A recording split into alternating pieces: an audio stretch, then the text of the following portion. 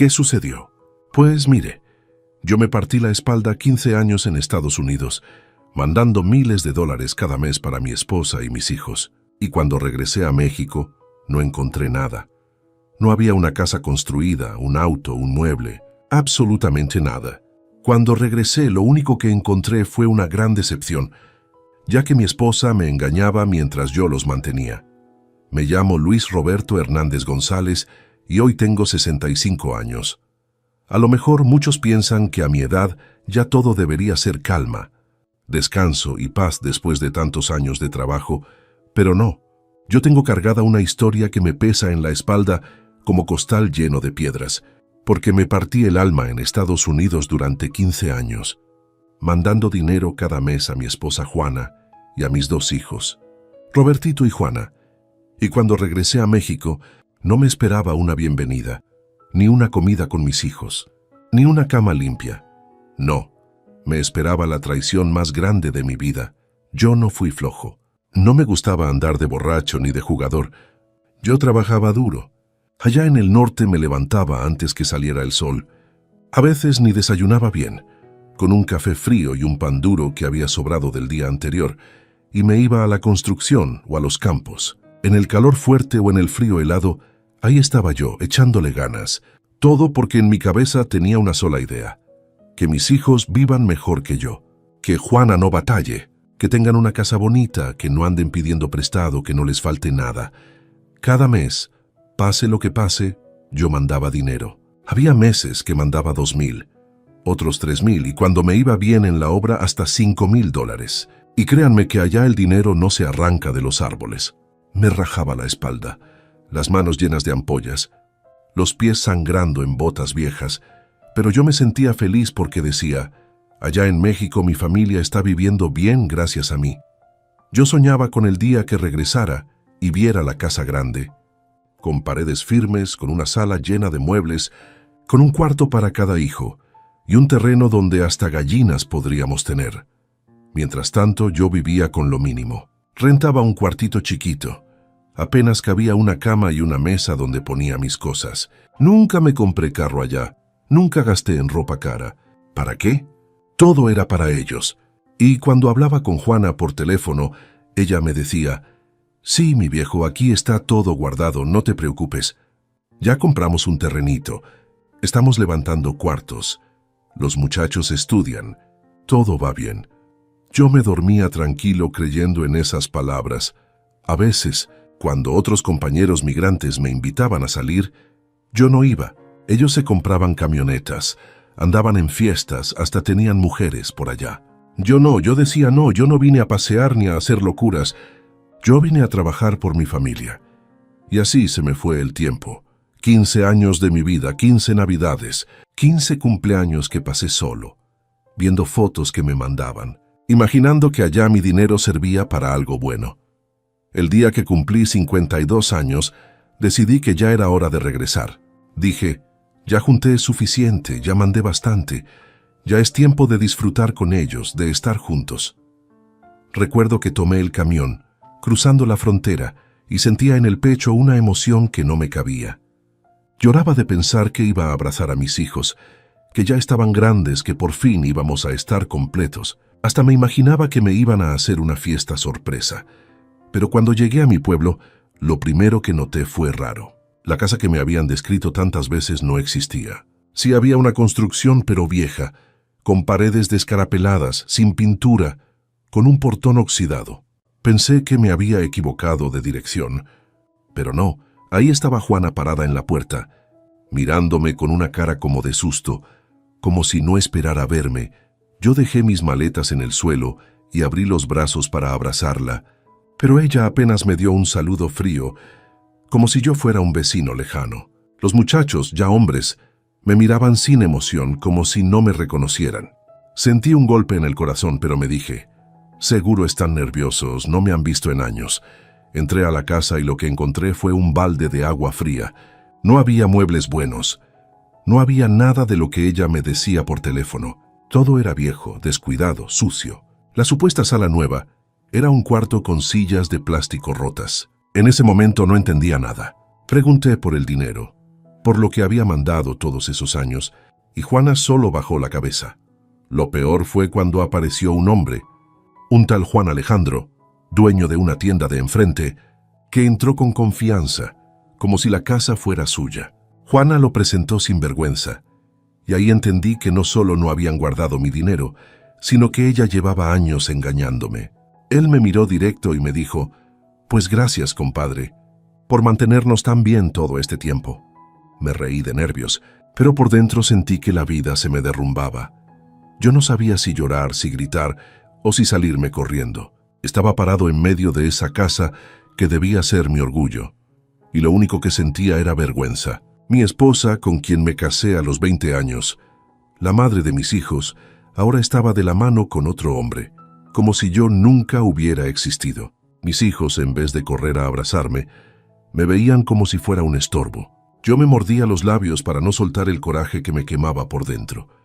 Quise hablar con calma, quise preguntarles qué había pasado con todo lo que mandé. Les recordé que cada mes hacía sacrificios enormes, que trabajaba de sol a sol y que cada dólar que gané fue para ellos. Pero en vez de darme explicaciones, se burlaron de mí. Robertito, al que cargué en mis brazos cuando era un niño, me dijo con tono seco: «Viejo, no vengas a reclamar, tú ya no eres parte de aquí. Nosotros hemos vivido bien sin ti, así que mejor sigue tu camino». Yo lo miré sin poder creer que esas palabras salían de su boca. Mi hija Juana, que yo recordaba como la niña tierna que me decía papá con cariño, también me clavó un puñal en el corazón. Me soltó: «Tú escogiste irte, tú nos abandonaste. No vengas a hacerte el mártir ahora». Sentí que la sangre se me iba de la cara. ¿Cómo podían hablar así, si todo lo que hice fue por ellos? Les di mi juventud, mis años más fuertes, mi esfuerzo, mi sudor, y ellos, en lugar de agradecerme, me trataban como si fuera un desconocido. Mientras discutíamos, Juan Alejandro se cruzó de brazos y me miraba con una sonrisa burlona. Ese tipo tenía antecedentes penales. Ya lo había oído por vecinos en la calle, pero ahí estaba con descaro dentro de lo que era mi hogar. «Mira, viejo, aquí ya no pintas nada. Mejor agarra tus cosas y vete antes de que te saquemos a patadas», me dijo. Su tono era de amenaza clara. Yo me quedé quieto, no porque tuviera miedo, sino porque estaba paralizado de dolor. Quise creer que todo era un malentendido, que en cualquier momento mis hijos reaccionarían, que me abrazarían y me dirían que todo era una broma de mal gusto. Pero no, ellos guardaban silencio o me lanzaban frases que me partían en pedazos. Empecé a recorrer los cuartos, buscando aunque fuera una señal de lo que me habían prometido. Un terreno comprado, un cuarto nuevo, un techo firme. No había nada, ni siquiera ropa decente. Todo estaba viejo, como abandonado. Entonces entendí que el dinero que mandé durante 15 años se lo gastaron en lujos pasajeros, ropa cara, fiestas, viajes, antojos. No había nada que mostrar de mi sacrificio. El corazón me dolía como si me lo apretaran con la mano. No podía aceptar que la mujer a la que le confié todo se hubiera burlado de mí de esa manera. Quise acercarme a ella, pedirle aunque fuera una explicación, pero Juana me miró con frialdad y me dijo: «Ya no eres mi esposo. Yo hago mi vida y tú haz la tuya. Aquí ya no tienes nada». Esa frase me mató más que cualquier golpe. Sentí que el aire me faltaba. Yo, que tantas veces había soñado con el día del reencuentro, que contaba los días para regresar a abrazarla, me encontraba con una mujer desconocida que me expulsaba de mi propia casa. Los vecinos se empezaron a asomar. Se escuchaban murmullos en la calle. La vergüenza se mezclaba con el coraje. Y como si no fuera suficiente, Juan Alejandro me empujó con fuerza, haciéndome retroceder hasta casi caer. Mis hijos no hicieron nada, no me defendieron. Al contrario, parecían estar de acuerdo. Ese fue el primer golpe real que recibí, no de puño, sino de traición. La gente de la cuadra se reía. Algunos comentaban entre dientes que yo era un tonto por confiar. Ese día, por primera vez en mi vida, me sentí derrotado. Yo, que había soportado tanto en el norte, no pude soportar que mi propia familia me tratara así. Guardé silencio, no porque estuviera de acuerdo, sino porque no quería darles el gusto de verme llorar. Pero por dentro me estaba quemando. Cada palabra, cada burla, cada mirada de desprecio era como una puñalada. Cuando por fin salí a la calle, Me quedé sentado en la banqueta, viendo el cielo nublado. No tenía fuerzas ni para gritar. Solo pensaba en todo lo perdido, en cómo había cambiado mi vida en un instante. Y lo peor de todo es que entendí que lo que yo creía una familia ya no existía. Había muerto mientras yo trabajaba en silencio lejos de ellos. Esa noche no pude dormir. Me quedé sentado en la banqueta hasta que me ganó el cansancio, pero ni siquiera cerré los ojos, nomás miraba el suelo como tonto, pensando qué había hecho mal. Lo único que se me venía a la mente era la cara de mis hijos rechazándome. Yo recordaba cuando eran unos niños chiquitos, cuando corrían a abrazarme y me decían papá con tanto cariño, y ahora eran adultos fríos que me trataban como si yo fuera un extraño. El corazón se me partía en pedazos al recordar ese cambio tan duro. Al día siguiente, regresé para intentar hablar otra vez, porque en el fondo yo quería creer que todo se podía arreglar. Pensaba que quizá estaban enojados, que tal vez con unas palabras de calma podríamos solucionar las cosas. Toqué la puerta con la esperanza de que me recibieran mejor, pero lo que pasó fue todavía peor. Robertito abrió y lo primero que me dijo fue, ¿qué haces aquí otra vez? Vete, viejo, ya no tienes nada que ver con nosotros. Sentí un coraje tremendo. Me planté en la puerta y dije, soy tu padre, y no me vas a correr así nomás. Entonces salió Juan Alejandro con una sonrisa burlona y me dijo, ¿no entiendes, anciano? Aquí el que manda soy yo. Si no te largas, te saco a golpes. Ese tipo no solo me robó a mi mujer, también quería pisotear mi dignidad. Yo le contesté que esa casa era mía, porque yo la había pagado con mi sudor. Juana, con todo el descaro del mundo, salió detrás de él y me gritó que yo no tenía pruebas, que todo lo que mandé se lo había gastado ella como quiso. Las palabras me dolían más que cualquier golpe. Quise entrar a la fuerza, pero entre los tres me empujaron hacia afuera. Los vecinos miraban desde lejos. Algunos se reían, otros murmuraban que qué pena, pobre don Luis, le comieron el mandado. Yo sentía que el mundo se me venía encima. En ese momento, Robertito me lanzó una frase que nunca olvidaré. Mejor agradece que no te metamos al bote por abandono. Tú te fuiste, y ahora vienes a reclamar como si fueras alguien. Esa frase fue como una cuchillada. ¿Cómo podía decirme eso mi propio hijo, al que nunca le faltó nada gracias a mi trabajo? Yo sentía rabia e impotencia, pero todavía me aguantaba, porque dentro de mí algo me decía que no debía perder el control. Entonces pasó algo que me dejó sin aire. Juan Alejandro me tiró un vaso en la cara lleno de cerveza y me gritó, «Lárgate de aquí, muerto de hambre». La gente en la calle se rió como si fuera un espectáculo. Yo me limpié la cara con la mano, y aunque por dentro quería lanzarme contra él, no lo hice. Me quedé quieto, con la dignidad que todavía me quedaba. En mi corazón algo se quebró en ese instante. Ya no era tristeza, ya no era solo coraje. Era una decisión que se formaba dentro de mí. No iba a seguir soportando. No podía permitir que me siguieran humillando de esa manera. Todo lo que di, todo lo que entregué no podía quedar en nada. Me fui caminando sin rumbo, con la ropa empapada y el alma hecha pedazos. Recordaba cada dólar que mandé, cada jornada que trabajé, cada sacrificio que hice. Pensaba en cómo me cuidaba de no gastar de más, en cómo me negaba a comprarme zapatos buenos o un café caliente, porque prefería mandar todo para ellos. Que ahora me encontraba con que no solo me robaron el dinero, también me robaron la dignidad. Esa tarde me senté en la plaza del pueblo. Un señor mayor que me conocía desde joven se me acercó y me dijo, «Don Luis, yo lo vi trabajar duro, yo sé que usted siempre fue derecho. No se deje, usted tiene pruebas.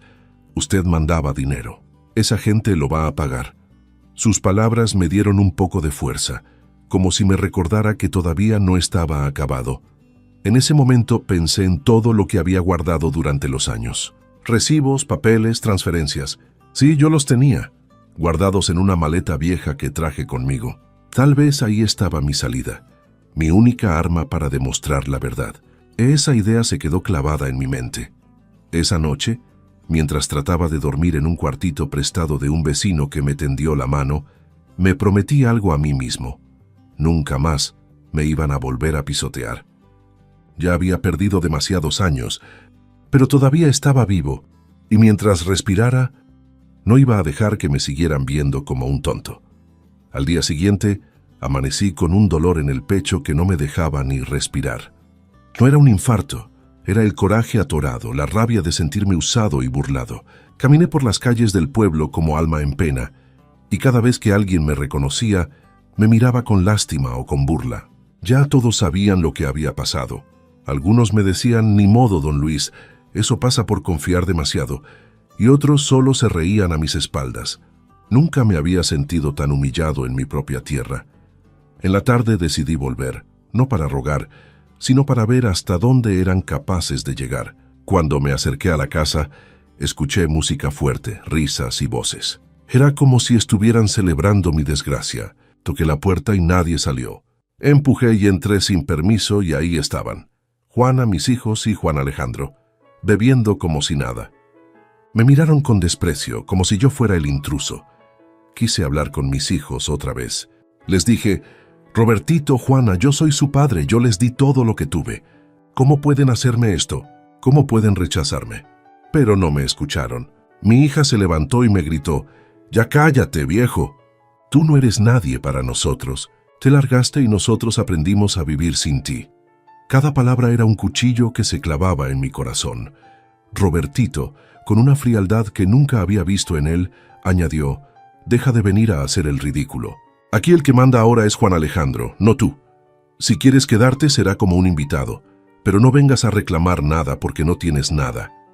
Yo no podía creer lo que escuchaba. Mi propio hijo, al que le compré cuadernos, zapatos, al que le pagué la universidad con mi esfuerzo, me estaba diciendo que el amante de su madre era ahora el dueño de la casa. Sentí que me hervía la sangre.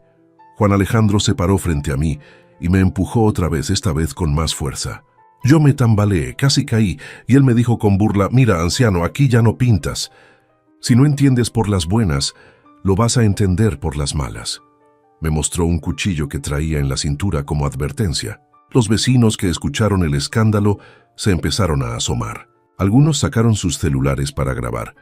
Ese momento fue la gota que derramó el vaso. No solo me estaban robando mi casa y mi familia, también me querían hacer quedar como un cobarde. Me mordí la lengua para no soltarle un golpe, porque sabía que si lo hacía, terminaría preso yo, no él. Pero por dentro tomé una decisión. No iba a seguir soportando. Salí de ahí con la cabeza agachada, pero con el corazón encendido. La humillación pública me había hecho más fuerte que nunca. Ya no era el hombre que regresó ilusionado con una fiesta sorpresa. Ahora era un hombre herido, traicionado, que ya no tenía nada que perder. Mientras caminaba recordaba todas las veces que Juana me prometió que guardaba el dinero. Recordaba cómo mis hijos me pedían cosas y yo les mandaba extra. Recordaba cuando me decían que estaban construyendo cuartos y comprando muebles. Todo era mentira. Cada recuerdo me apretaba el pecho más y más, pero también me daba fuerza. Esa noche no busqué dónde dormir en el pueblo. Me fui a un parque y me quedé en una banca mirando las estrellas. Me sentía derrotado, sí, pero también sentía que algo dentro de mí había despertado. Ya no quería rogarles ni que me aceptaran. Lo único que quería era justicia. Al amanecer me acerqué a un puesto de comida y un vecino, un señor que me conocía de antes, me invitó a un café. Me miró a los ojos y me dijo, «Don Luis, usted no está solo. Yo lo vi partirse el lomo allá en el norte. Usted mandaba dinero, todos lo sabíamos. Junte sus papeles, junte sus recibos. No deje que lo sigan pisoteando. Esa gente se aprovechó de usted, pero todavía está a tiempo de darle su merecido». Esas palabras fueron como gasolina en mi alma. Me levanté con decisión. Recordé que en mi maleta traía todos los comprobantes de envío, guardados con cuidado desde hacía años. Cada papel era una prueba de mi sacrificio. Cada recibo era un testimonio de lo que di. Yo sabía que con eso podía demostrar la verdad. Ese día decidí que ya no iba a llorar, ya no iba a suplicar. Ahora iba a pelear no con golpes, sino con pruebas. Tenía que demostrar quién era en realidad y todo lo que había hecho. No iba a dejar que me enterraran vivo. Pasaron unos días en los que me la pasé callado, guardando todo el coraje dentro de mí. No era fácil, porque cada vez que salía a la calle me encontraba con miradas pesadas, con gente que se reía bajito y que seguramente pensaba que yo era un tonto. Me dolía, claro que me dolía, Pero ya no era el mismo hombre derrotado que llegó con ilusiones. Ahora sentía una fuerza rara que me empujaba a levantarme. Una tarde, después de juntar valor, volví a acercarme a la casa. No quería entrar, pero sí quería mirar con mis propios ojos qué estaban haciendo. Desde afuera escuchaba música y carcajadas. No era una familia unida disfrutando de la vida.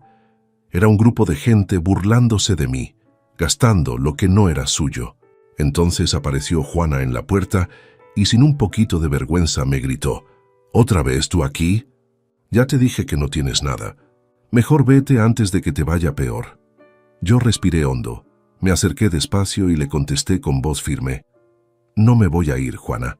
Esta casa la levanté con mi dinero y tengo con qué demostrarlo. Ya no voy a quedarme callado. Ella se rió en mi cara y me soltó: ¿Y quién te va a creer? Aquí todos saben que nos abandonaste. En ese momento sentí que se me encendía la sangre. Detrás de ella apareció Juan Alejandro con un cigarro en la boca y una mirada retadora. Viejo necio, me dijo, si sigues viniendo te voy a partir la cara. Ya te dije que aquí mando yo. Juana es mía y tus hijos también. Al escuchar eso, mi hija salió del cuarto y agregó: Papá ya entiende, tú no tienes nada que hacer aquí. Nos das lástima. Ese fue el golpe que me rompió por dentro. Escuchar a mi propia hija decirme que les daba lástima fue peor que cualquier insulto. Quise llorar, pero me aguanté. En vez de eso, la miré a los ojos y le dije: Hija, yo me partí el alma por ti. Todo lo que usas, todo lo que comiste, lo que estudiaste, fue con mi trabajo. Y si no me quieres está bien, pero no me vas a borrar como si nunca hubiera existido. Juan Alejandro me empujó con fuerza y esta vez caí al suelo. Los vecinos que miraban se rieron. Algunos grababan con sus celulares. Sentí la cara caliente de la vergüenza, pero también un fuego que me quemaba por dentro. Me levanté con calma, me sacudí el polvo y les dije: Se acabó. Ya no voy a soportar más. Prepárense porque esto no se queda así. Juana me respondió con una risa nerviosa: ¿Qué vas a hacer, Luis? Tú no tienes nada, eres un viejo acabado. Pero ella no sabía que en mi maleta tenía todo lo necesario para comprobar que no era ningún acabado. Cada recibo de dinero que mandé, cada transferencia guardada con fecha y nombre, todo estaba ahí, que aunque todavía no lo mostraba, dentro de mí ya sabía que había llegado el momento de usarlo. Me fui de ahí con paso firme. No volteé atrás, no quería verlos riéndose. Caminé directo a la casa de un amigo que me había ofrecido ayuda. Le conté lo que había pasado y me dijo: Don Luis, no se deje. Usted tiene pruebas, usted puede demostrarlo todo. Hay abogados que lo pueden ayudar. Esa noche me senté con calma, saqué mis papeles y los revisé uno por uno. Estaban todos: recibos, cartas, notas de envíos. Los acariciaba como si fueran oro, porque eso eran para mí, la única riqueza verdadera que me quedaba. Mientras los miraba, recordaba cada día que había trabajado en el norte. Recordaba mis manos llenas de callos, mis botas rotas, mis espaldas adoloridas. Todo lo que sufrí estaba reflejado en esos papeles. Y pensé: con esto los voy a tumbar. No me van a seguir viendo como un tonto. Van a saber quién soy. Esa noche no dormí, pero no fue por tristeza, sino por la adrenalina. Mi corazón latía fuerte, como si estuviera empezando una nueva etapa. Por primera vez en mucho tiempo, sentí que tenía el control. Ya no era el hombre humillado en la banqueta. Ahora era un hombre con un plan. Un hombre que había llegado al límite. Al amanecer me puse mi camisa limpia, guardé mis papeles en una carpeta y salí decidido. No sabía exactamente cómo, pero iba a buscar justicia. Ya no era cuestión de recuperar dinero, era cuestión de recuperar mi dignidad. Desde que decidí no quedarme callado, todo empezó a moverse. A la mañana siguiente, fui con un vecino que me ofreció su casa para ordenar los papeles. Sacamos la carpeta con recibos de transferencia, números de cuenta y las cartas donde Juana decía que todo estaba guardado. Ver esos comprobantes me pegó fuerte. Cada hoja era la verdad en tinta. El vecino me presentó a un amigo de la iglesia que conocía a un abogado joven que ayudaba a la gente pobre. Contactamos al abogado y aceptó vernos. En la oficina me recibió sin juzgar y revisó los papeles. «Tiene material», dijo. «Esto no es solo dinero, puede ser fraude». Esa palabra me dio fuerza. El abogado explicó el camino.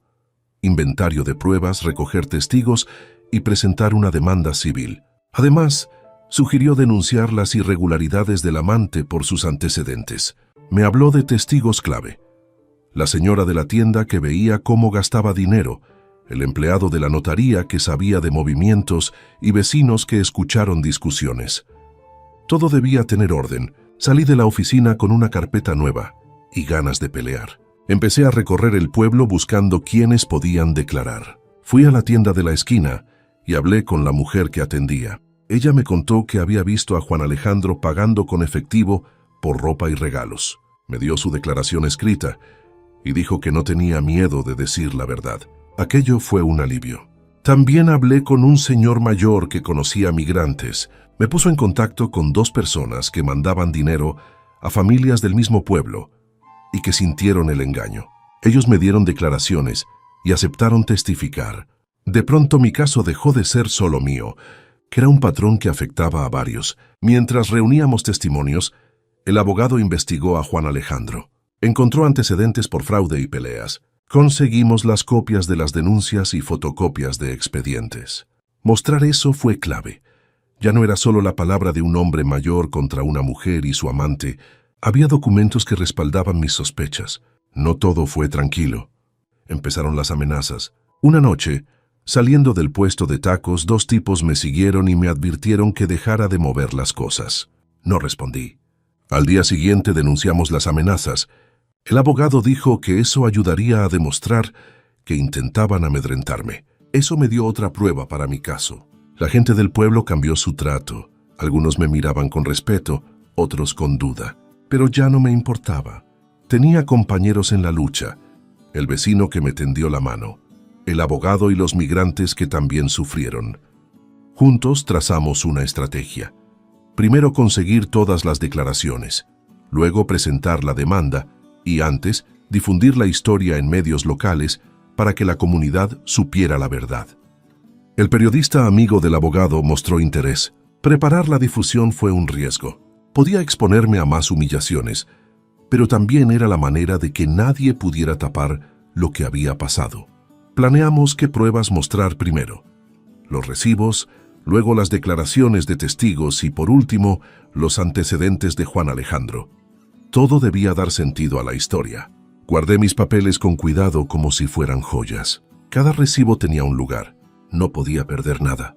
Empecé a practicar cómo hablar en público, cómo contar mi verdad sin que me confundieran. Fue difícil, porque la vergüenza todavía me pegaba, pero la vergüenza se transformó en fuerza. Una tarde el periodista vino a escucharme.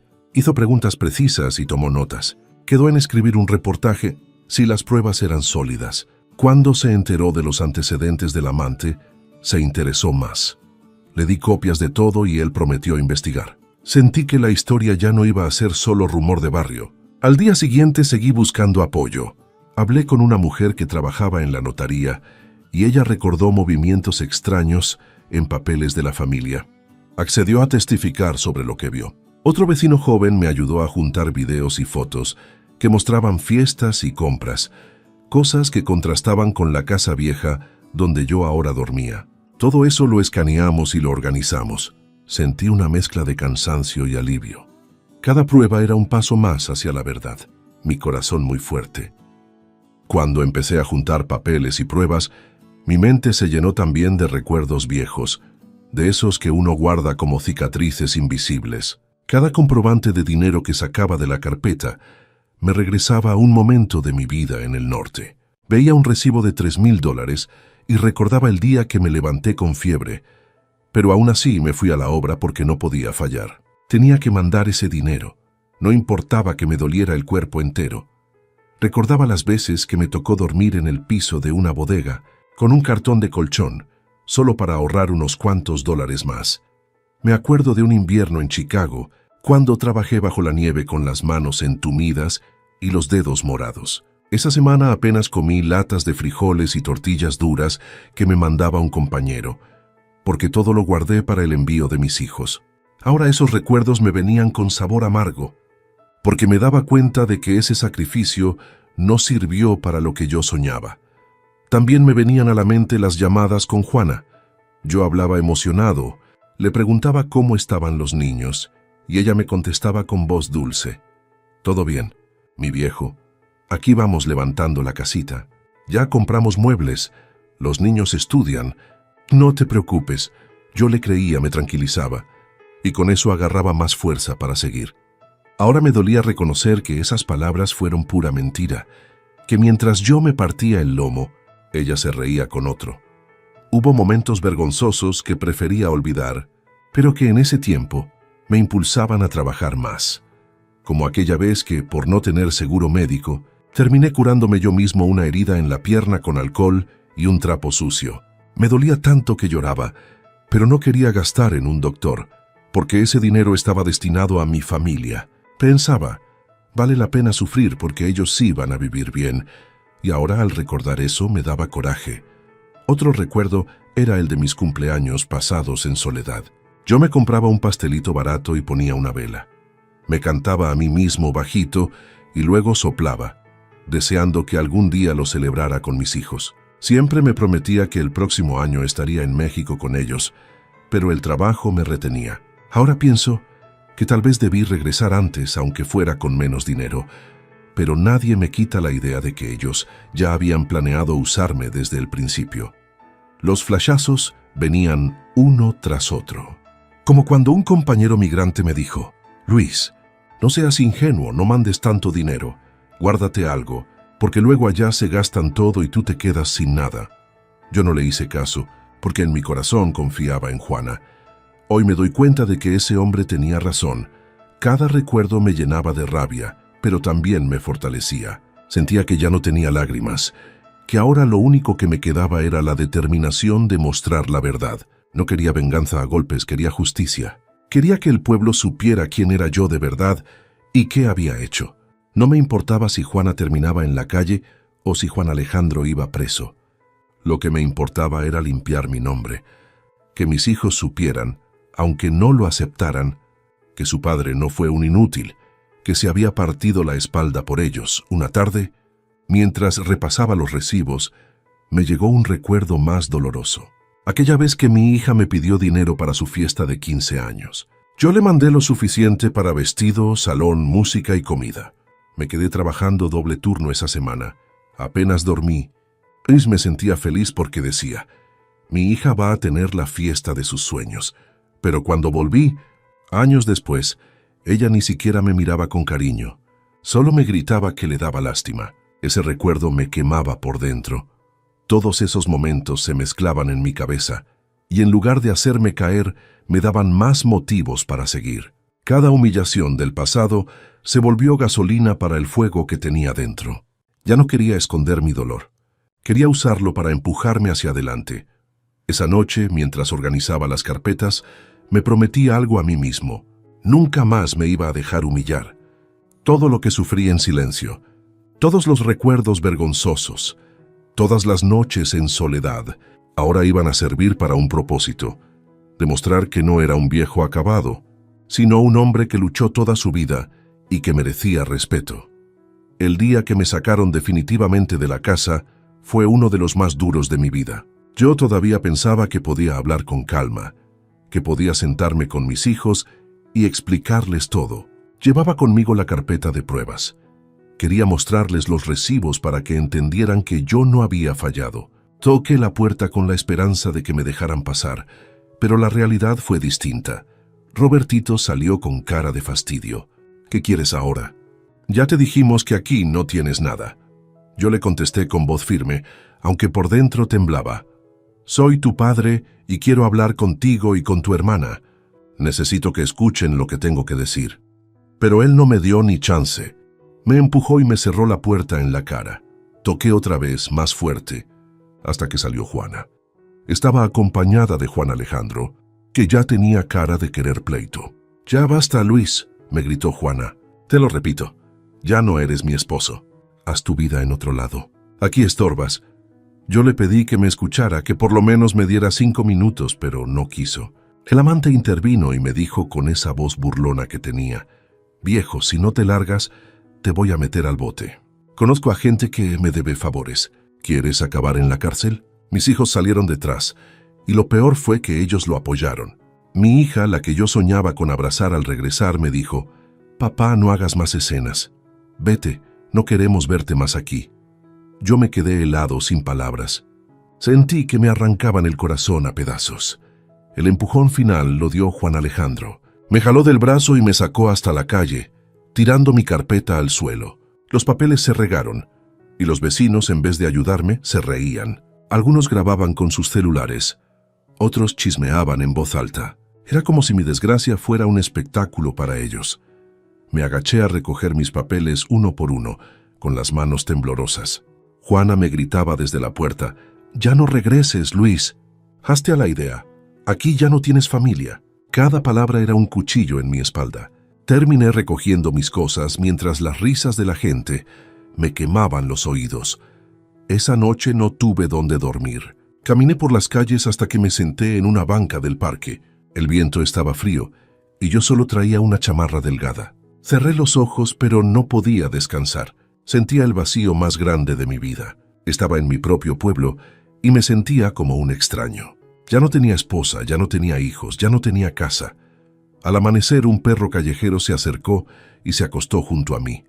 Ese simple gesto me hizo llorar. Un animal me daba más cariño que mi propia familia. Me puse a pensar en todo lo que había hecho, en los años que pasé en el norte, en cómo soñaba con regresar para abrazarlos, y ahora estaba solo, como si nunca hubiera existido. Durante el día busqué refugio en casa de un amigo. Él me prestó un cuarto pequeño donde pude dejar mis cosas. Me ofreció un plato de comida caliente y un lugar donde dormir. Ese gesto me devolvió un poquito de esperanza. Al menos alguien todavía me veía como ser humano. Mientras descansaba, un vecino me contó que había escuchado rumores de Juan Alejandro. Decían que ese hombre estaba metido en cosas turbias, que había engañado a más gente y que tenía cuentas pendientes con la ley. Eso me encendió una chispa.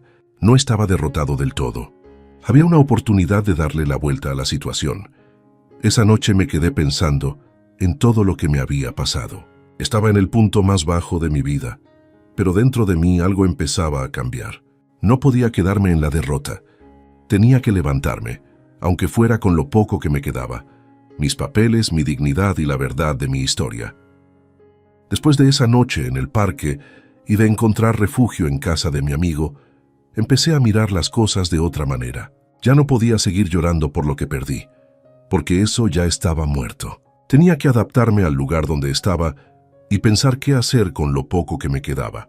Me levantaba temprano, caminaba por el pueblo y observaba a la gente. Escuchaba los chismes en la plaza. Veía quién se juntaba con quién, y poco a poco fui entendiendo que no estaba solo en esto.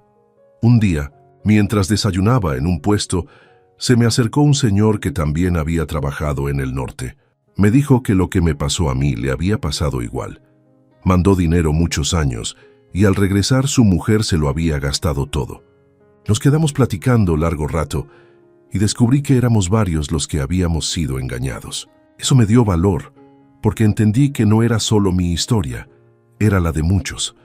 También escuché a otros vecinos que hablaban mal de Juan Alejandro. Decían que ese hombre había estafado a varias personas con supuestos negocios, que les pedía dinero prestado y nunca lo regresaba. Algunos lo acusaban de meterse en pleitos en las cantinas y de amenazar a quien no le obedecía.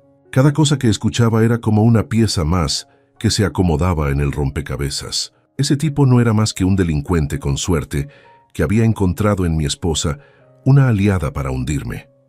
Por las noches me quedaba repasando mis papeles. Los ponía sobre la mesa y los ordenaba con calma. Los recibos de los bancos, las cartas de Juana, las notas donde ella me decía que todo estaba guardado.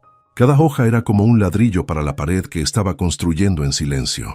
Sentía que ya no estaba perdido, que estaba armando algo más grande que yo mismo. Mientras tanto, mi amigo me ayudaba a conseguir contactos. Me presentó a un joven abogado que tenía ganas de demostrar lo que valía. Él me escuchó con paciencia y me dijo: «Don Luis, su caso es fuerte. Usted no está solo. Tenemos cómo demostrar que esa gente se aprovechó de usted». Sus palabras me devolvieron un poco de dignidad. No era un viejo acabado, era un hombre con pruebas y con verdad.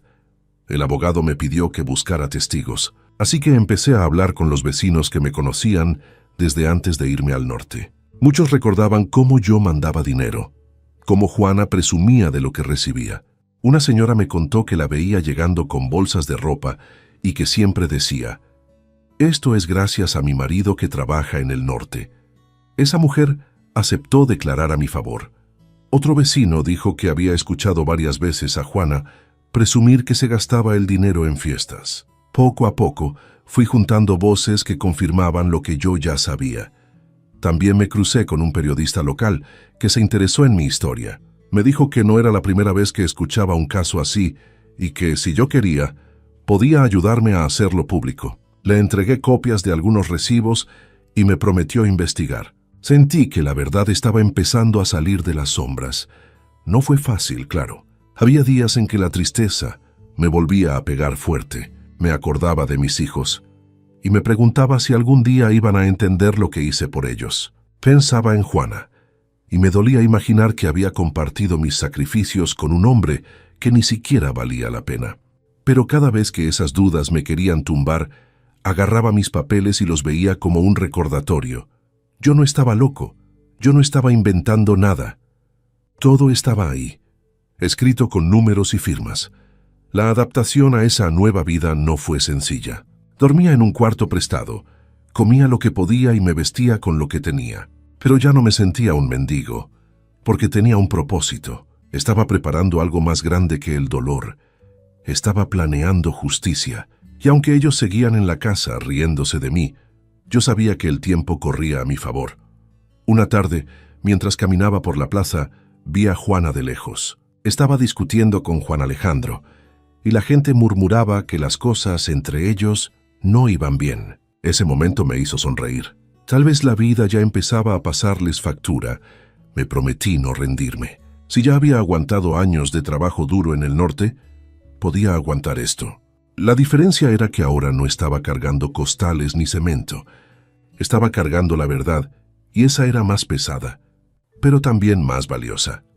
El abogado me dijo un día: «Don Luis, ya tiene usted pruebas. Ahora necesitamos estrategia». Esas palabras me retumbaron en la cabeza. Estrategia. Nunca había pensado que mi vida se parecería a un pleito de papeles y audiencias, pero ahora era mi única salida. Me senté con él y me explicó paso por paso lo que debíamos hacer: organizar recibos, conseguir testigos, recopilar antecedentes de Juan Alejandro y preparar una demanda sólida. Esa misma tarde me puse a trabajar con él. Clasificamos cada recibo por año, hicimos copias y las metimos en sobres separados. Los guardamos en una caja que el abogado selló para que no hubiera duda. También hicimos una lista de testigos: la señora de la tienda, el vecino que escuchaba discusiones y hasta un primo lejano que había visto cómo Juana presumía con dinero que nunca tuvo de dónde sacar. Todo eso formaba un paquete que no podían ignorar. El plan empezó a tomar forma. Primero íbamos a presentar una denuncia civil para recuperar lo que era mío, y luego una penal contra Juan Alejandro por amenazas y fraude. Mientras tanto, el periodista que se interesó en mi historia comenzó a grabar entrevistas. Me pidió hablar frente a la cámara, y aunque al principio me dio pena, me armé de valor. Conté mi vida tal como fue: las madrugadas en la construcción, los envíos de dinero, las promesas de Juana. No adorné nada, hablé con la verdad. El reportaje comenzó a circular en el pueblo y en las redes. La gente ya no me miraba solo con burla. Ahora había quienes me saludaban con respeto y me decían: «Don Luis, qué injusticia lo que le hicieron». Eso me devolvió algo que ya creía perdido: dignidad. No necesitaba compasión, necesitaba que reconocieran que yo no era el culpable de nada. Mientras tanto, Juan Alejandro se dio cuenta de que me estaba moviendo. Una noche me lo encontré en la calle y me dijo con voz baja: «Si sigues con tus tonterías te va a ir mal». Pero esta vez no me temblaron las piernas. Lo miré directo a los ojos y le contesté: «Ya no me asustas. Todo lo que digas me sirve para demostrar quién eres». Él se quedó callado, y aunque intentó reírse, vi en su mirada un destello de miedo. El abogado también me recomendó que hablara con un notario para respaldar mis pruebas. Fui a la oficina con todos los recibos y él me hizo copias certificadas. Ahora ya no eran simples papeles guardados en una carpeta vieja. Eran documentos legales que podían presentarse en un juicio. Sentí que por fin estaba levantando un muro contra las mentiras. El plan también incluía buscar apoyo en la comunidad. El periodista preparó una nota más grande, con testimonios de otros migrantes que pasaron por lo mismo. Al salir publicado, muchos en el pueblo comenzaron a cuestionar a Juana y a su amante. Ya no eran vistos como los que vivían bien, ahora eran señalados como estafadores. Cada murmullo en la calle era una piedra que se les venía encima. No todo fue fácil. Mis hijos seguían sin acercarse a mí.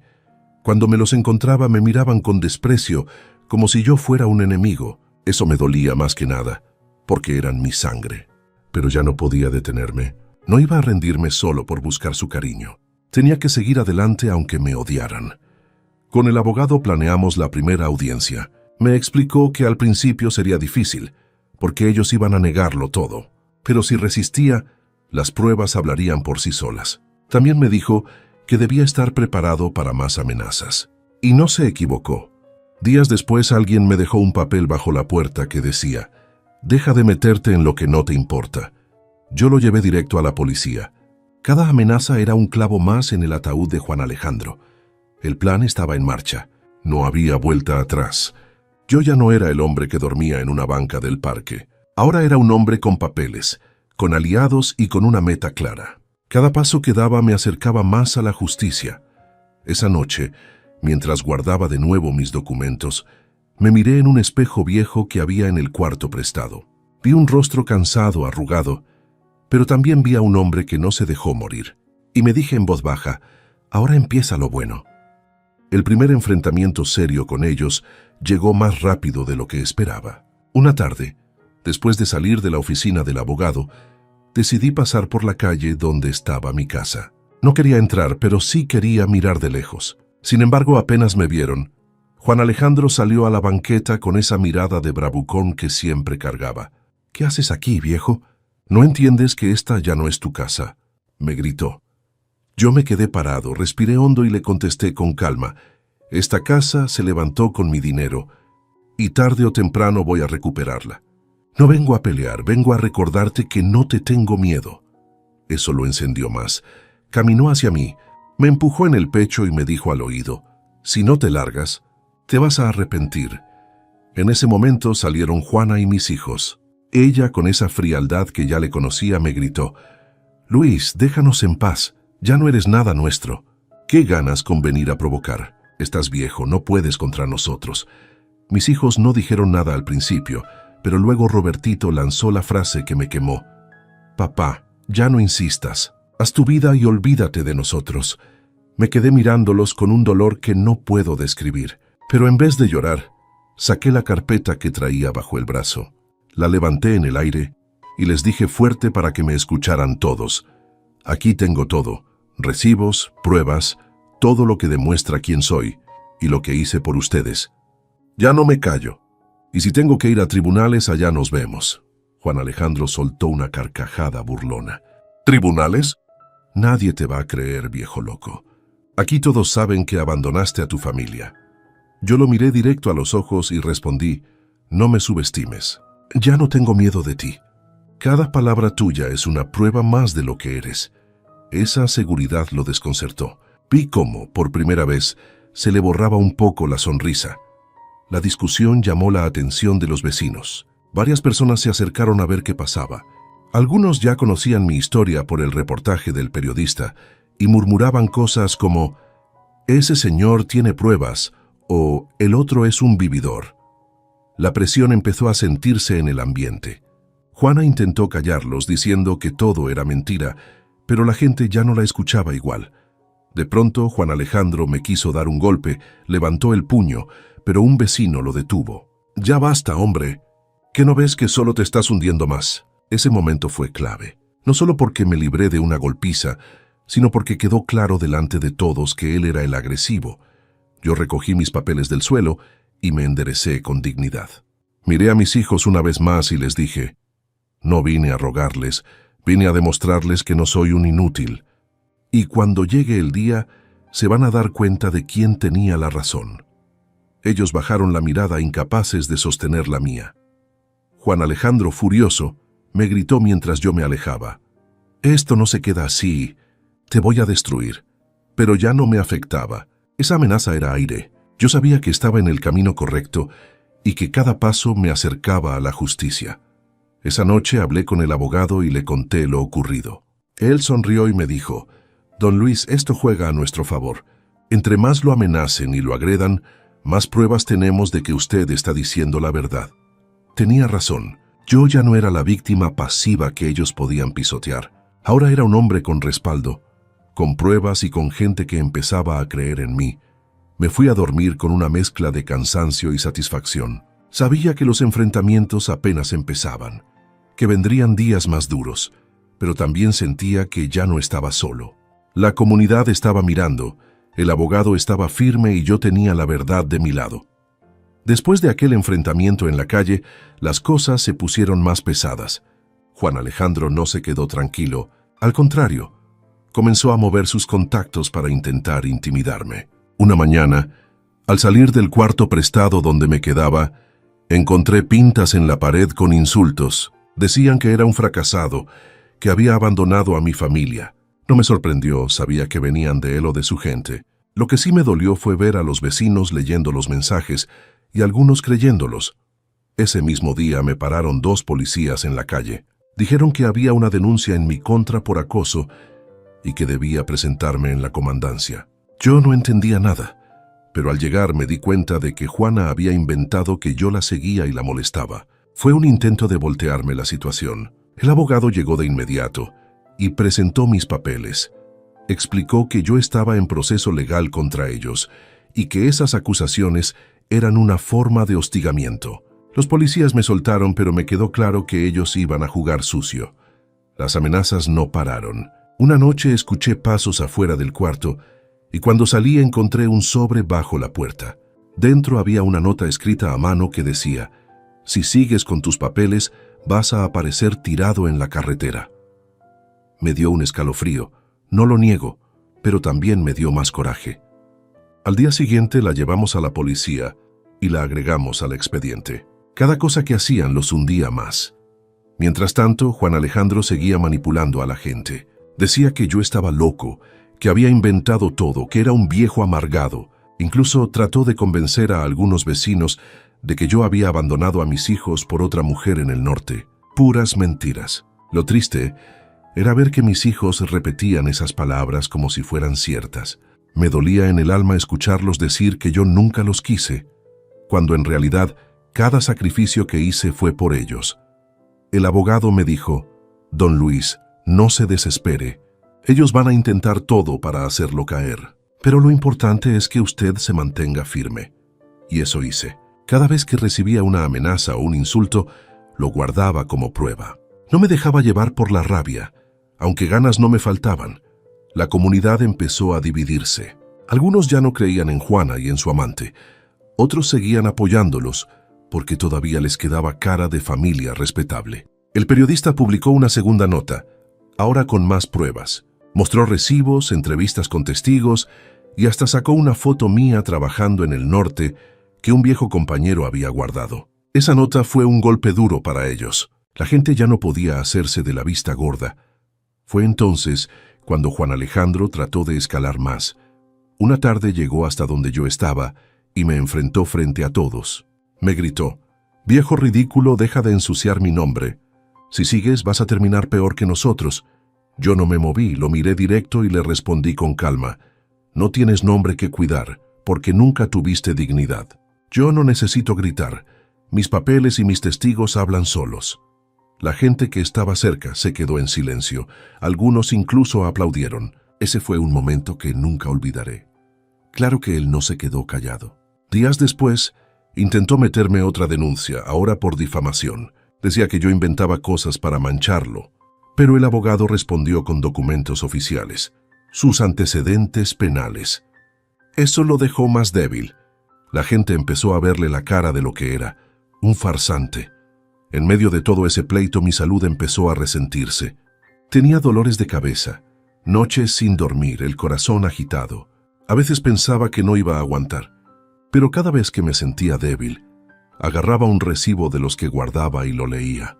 Ver esos números, esas cantidades que yo había mandado mes con mes, me devolvía fuerzas. Era como recordarme a mí mismo. No fue en vano, aquí está la prueba de tu esfuerzo. El abogado me aseguró que la audiencia se acercaba, que ya estábamos listos para enfrentarlos en tribunales. Yo me preparaba cada día mentalmente, repasando lo que iba a decir. No era un discurso bonito, era mi vida, mi verdad. Y sabía que cuando llegara ese momento, nada ni nadie me iba a callar. El día que todo empezó a salir a la luz fue un antes y un después en mi vida. El periodista que había estado siguiendo mi caso publicó el reportaje completo en el noticiero local y también lo subió a las redes. En la pantalla aparecían mis recibos de envíos, las entrevistas de los vecinos que declaraban cómo Juana presumía de gastar el dinero y hasta las copias de los antecedentes de Juan Alejandro. Yo lo vi sentado en la sala de mi amigo, con un nudo en la garganta. No podía creer que, después de tanto tiempo callado, por fin mi verdad se estaba escuchando. La noticia se corrió como fuego. En la plaza la gente ya no me veía como un tonto. Ahora me miraban con respeto. Algunos me decían, «Don Luis, ¿qué valor tiene para denunciar? No cualquiera se anima». Otros me daban palmadas en la espalda y me aseguraban que estaban de mi lado. Esa sensación fue nueva para mí. Después de tantos días de burla y rechazo, ahora había ojos que me reconocían como víctima y no como culpable. Mientras tanto, Juana y Juan Alejandro empezaron a sentir la presión. Me contaron que al día siguiente del reportaje, la tienda de él amaneció vacía. La gente ya no quería comprarle, porque sabían que era un ratero. Incluso algunos vecinos que antes lo defendían comenzaron a hablar mal de él, diciendo que siempre sospecharon de sus lujos repentinos. Esa fue la primera señal de que las cosas estaban cambiando.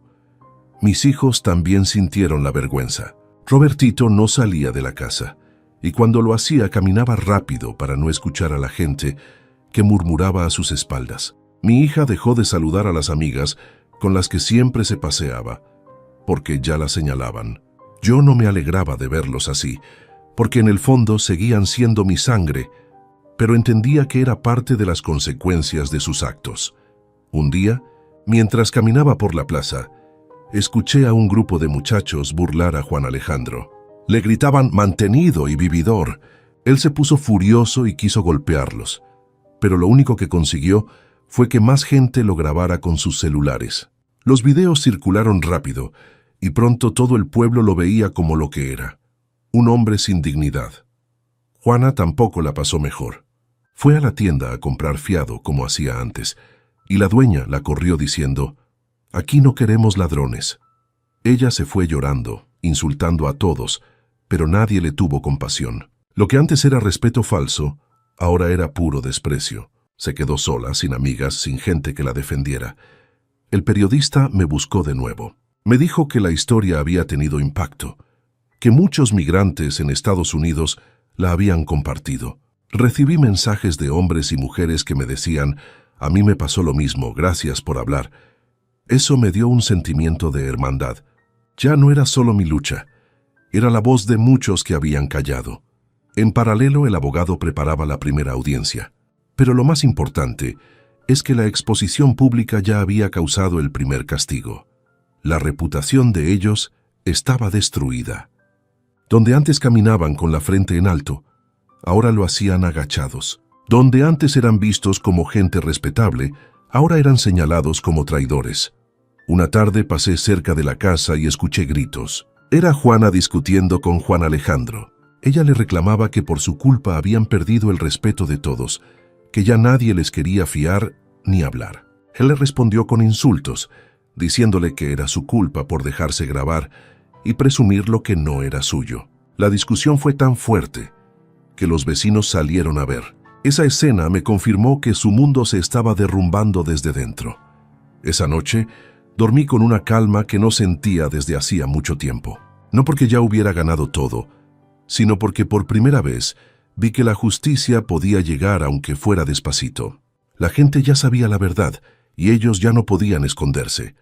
El siguiente paso sería más grande, el juicio.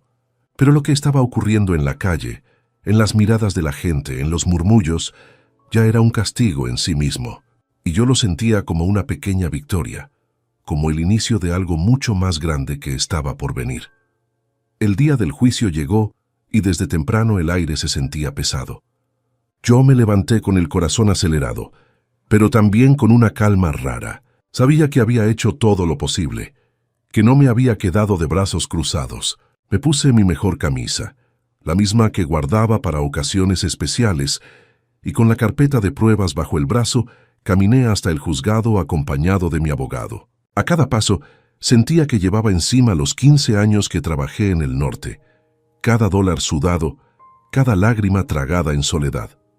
Al llegar, vi a Juana y a Juan Alejandro esperándome. Ella vestida con un traje que parecía prestado, con la cara dura, como si no tuviera vergüenza. Él, con su sonrisa burlona pero con los ojos cansados. Mis hijos estaban detrás, con rostros apagados, como si la vergüenza les pesara más que cualquier palabra.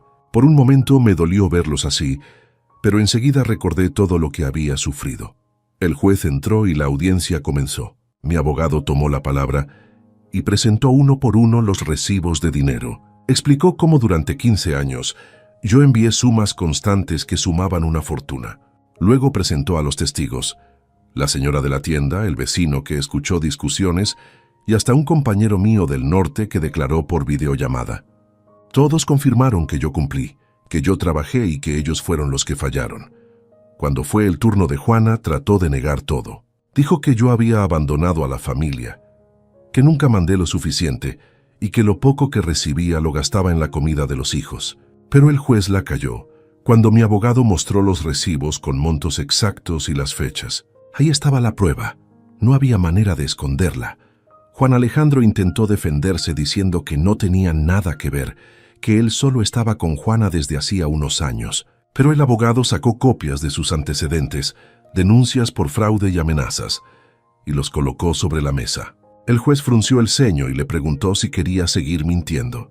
La sala entera murmuró, y algunos hasta se rieron con desprecio. Su máscara de hombre seguro se cayó en ese instante. Yo me mantuve callado la mayor parte del tiempo, pero cuando me dieron la palabra, hablé con el corazón. Dije que me había ido al norte no por gusto, sino por necesidad, que cada día de mi vida allá fue un sacrificio, pensando en mis hijos y en mi esposa, que confié en ellos, que mandé dinero con la esperanza de regresar a un hogar digno, y que lo único que recibí fue traición. No lo dije con odio, lo dije con la verdad. La sala estaba en silencio. Incluso mis hijos bajaron la cabeza. Yo los miré y sentí que aunque no me pidieran perdón, por lo menos sabían dentro de ellos que yo decía la verdad. El juez tomó la palabra final y declaró que mis pruebas eran contundentes. Dijo que la casa y los bienes debían regresar a mi nombre y que las denuncias contra Juan Alejandro seguirían su curso. Al escuchar eso, Juana rompió en llanto, gritando que era injusto, que todo le pertenecía. Pero nadie le hizo caso. Juan Alejandro perdió el control. Se levantó furioso, golpeó la mesa y gritó que todo era una mentira, que yo les había robado. Los policías lo detuvieron de inmediato y lo sacaron esposado por alterar la audiencia. Su cara de rabia, sus gritos vacíos, fueron el retrato perfecto de su caída. Ese momento fue el clímax de todo. Años de sacrificio, de dolor, de humillación, se resumieron en un instante en el que la justicia habló más fuerte que las mentiras. Yo respiré profundo y sentí que por fin me quitaba un peso enorme de encima. Al salir del juzgado, la gente del pueblo me esperaba. Algunos me aplaudieron, otros me dieron palmadas en la espalda. Yo no buscaba aplausos, pero ese gesto me devolvió algo que había perdido: el respeto. Ya no era el viejo abandonado, ahora era el hombre que se levantó y peleó por lo suyo. Después del juicio todo cambió. La casa quedó a mi nombre, como debió haber sido siempre. Y esa fue la primera victoria real que sentí en muchos años. No porque la casa fuera lujosa. Al contrario, estaba vieja y descuidada, pero para mí era el símbolo de mi esfuerzo, el lugar donde al fin podía dormir sin que me corrieran ni me humillaran. Entré con paso lento, miré las paredes descarapeladas y el portón oxidado, y aunque muchos hubieran visto ruinas, yo vi dignidad recuperada. Juan Alejandro no corrió con la misma suerte. Fue procesado por fraude y amenazas, y en cuestión de semanas terminó en la cárcel. La noticia salió en los periódicos locales y se volvió tema de conversación en el pueblo. El hombre que antes caminaba con el pecho inflado, ahora estaba tras las rejas, enfrentando la soledad y el desprecio de todos. La gente que antes lo saludaba, ahora lo señalaba como delincuente. Su risa burlona se apagó, y su caída fue tan ruidosa que todavía se comenta en las esquinas. Juana también quedó marcada. Sin el amante y sin el dinero fácil, se encontró sola. Intentó pedir ayuda a las mismas personas con las que antes presumía, pero nadie quiso tenderle la mano. Fue de tienda en tienda buscando fiado, y todas le cerraron la puerta. La vi un día sentada en la banqueta, con la mirada perdida, como si de pronto hubiera despertado de un sueño que nunca debió tener. Esa imagen me dolió, porque al final fue la mujer con la que compartí mi juventud, pero entendí que era el resultado de sus decisiones. Mis hijos tomaron un rumbo distinto. Con la vergüenza encima, decidieron irse a Estados Unidos. Me enteré por vecinos que juntaron dinero y se fueron a probar suerte allá, huyendo del señalamiento de la gente. Nunca vinieron a despedirse. Nunca me pidieron perdón, pero yo no guardo rencor. Son mi sangre y aunque me hirieron, algún día quizá entiendan lo que pasó. Yo no espero nada, solo que la vida les enseñe lo que yo ya aprendí a golpes. Yo me quedé en la casa solo pero en paz. Cada mañana me levantaba, barría el patio y cocinaba algo sencillo. Poco a poco, fui arreglando las paredes, pintando los cuartos con mis propias manos como si quisiera borrar las huellas de tanto dolor.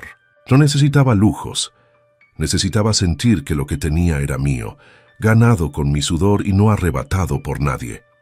Un día recibí una carta que me sorprendió. Era de un viejo compañero de trabajo en el norte. Me decía que había leído mi historia en internet y que se había inspirado en mí para levantar la voz, porque también había mandado dinero y lo habían engañado. Me proponía unirnos para ayudar a otros migrantes que habían vivido lo mismo. Esa carta me emocionó, porque me di cuenta de que mi lucha no solo me había servido a mí, sino que podía abrir camino para otros. Esa noche me senté en el patio, con un café en la mano, y miré el cielo estrellado. Recordé todas las noches que pasé en soledad en Estados Unidos, todas las veces que lloré pensando en mi familia. Recordé el dolor de regresar y sentirme rechazado, pero también recordé el momento en que decidí no rendirme. Ese fue el punto que cambió todo. Si me hubiera quedado callado, ellos seguirían riéndose de mí. Pero hablé, y con la verdad en la mano logré que la justicia llegara. Ahora, a mis 65 años, no me siento acabado. Al contrario, me siento más vivo que nunca. Aprendí que la familia no siempre es de sangre, que a veces quienes deberían cuidarte son los que más te hieren. Pero también aprendí que la dignidad no se negocia, que aunque te tiren al suelo, si te levantas con la verdad, nadie puede hundirte. Mi historia no es de venganza, es de justicia. Ellos pagaron sus errores, uno en la cárcel, la otra en el abandono, y mis hijos en el exilio de su propia vergüenza. Yo, en cambio, recuperé lo único que quería, paz en mi corazón y un techo donde dormir sin sentirme humillado. Mientras camino por el pueblo y escucho que la gente me saluda con respeto, sé que todo valió la pena.